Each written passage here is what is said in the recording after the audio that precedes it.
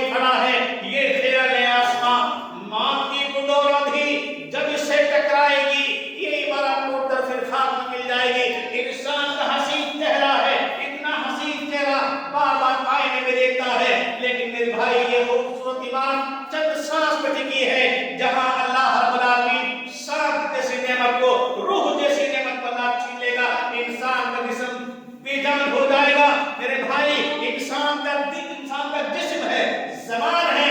بات کرے گی جب تک روح ہے، دل دھڑکے گا جب تک جان ہے، انسان کا جسم کا ایک ایک حصہ برابر کام کرے گا جب تک انسان کا روح، جسم میں روح ہے، اور جب اللہ روح جیسی نعمت کو، جان جیسی نعمت کو اللہ چھین لے گا، انسان کے جسم کا سسٹم معطل ہو جائے گا۔ دیکھتے ہیں آپ ایک آدمی زندہ موت کی آگوش میں ہے، کفن میں لپٹا پڑا ہے، آپ کے سامنے آپ کے باپ کا جنازہ ہے، آپ کے سامنے بھائی کا جنازہ ہے، آپ کے سامنے بیوی کا جنازہ ہے، آپ کے سامنے رشتہ داروں کے جنازے رکھے ہیں، لیکن میرے بھائی کیا فرق ہے آپ میں اور اس میں؟ کیونکہ آج زبان بھی موجود ہے، کان بھی موجود ہے، ہاتھ بھی موجود ہے، سارا جسم کا ایک ایک حصہ موجود ہے، لیکن میرے بھائی اللہ نے ان حصوں کو چلا کی طاقت ملی۔ قرآن اللہ رب العالمین نے فرمایا قل اللہ یحییکم، یہ زندگی تم کو ہم نے دی ہے، تم چلتے ہو، چلنے کی قوت تم کو ہم نے دی ہے، ثم یمیتکم، ہم تمہیں موت کی آگوش میں پہنچائیں گے، ثم یجمعکم الی یوم القیامہ، اور پھر تم ہم کو میدان محشر میں بلائیں گے اور تم سے ایک ایک نعمت کا سوال کریں گے۔ آگے اللہ نے فرمایا وَلَوْ تَرَىٰ إِذِ الْمُجْرِمُونَ نَاكِسُو رُءُوسِهِمْ عِندَ رَبِّهِمْ رَبَّنَا أَبْصَرْنَا وَسَمِعْنَا فَارْجِعْنَا نَعْمَلْ صَالِحًا إِنَّا مُوقِنُونَ۔ قیامت کا تذکرہ، موت آ گئی، قبر کے حالات دیکھ لیے، اب یہ موت کے بعد میں اللہ سے گزارش کرتا ہے ربنا، اے ہمارے رب، ابصرنا، دیکھ لیا ہم نے، وہ سمیعنا، اور سن لیا ہم نے، فرجینا، ہم کو ایک موقع دنیا میں دے دے، نعمل صالحا، اے اللہ اب کیسے عمل کریں گے، نماز نہیں چھوڑیں گے۔ میرے بھائی اگر مسلمان کو یقین ہو موت پر تو مسلمان نماز ضائع نہیں کر سکتا۔ آپ دیکھ لیجئے یہ دین کا پروگرام چل رہا ہے جس کے بارے میں اللہ کے رسول نے فرمایا، اس مجلس میں آپ تشریف فرما ہے، یہ بچیاں جب گھر سے نکل کر کے مسجد میں آتی ہے دین کی تعلیم کا حصول کے لیے، میرے بھائی اللہ کے رسول کا فرمان ہے فرشتے انہیں کھڑے بٹھا دیتے ہیں۔ یہ بچے جب مکتب کے لیے نکلتے ہیں دین کی تعلیم کے لیے تو فرشتے کھڑے بٹھا دیتے ہیں، اور سمندر کی مچھلیاں، سمندر کے تہے رہنے والی وہ مچھلیاں ان بچیوں کے بچوں کے لیے جو دین کی تعلیم کا حصول کی کوشش میں لگے ہیں، کہ سمندر کی مچھلیاں ان کے دعائیں کرتی ہیں۔ آپ ان بچوں کو معمولی نہ سمجھیں، اس مکتب کو معمولی نہ سمجھیں، دین کی تعلیم کو معمولی نہ سمجھیں۔ میرے بھائی آج معاملہ یہی ہے کہ ہم نے قرآن مقدس کا، ہم نے دین کا مذاق اڑایا ہے۔ آپ دیکھ لیجئے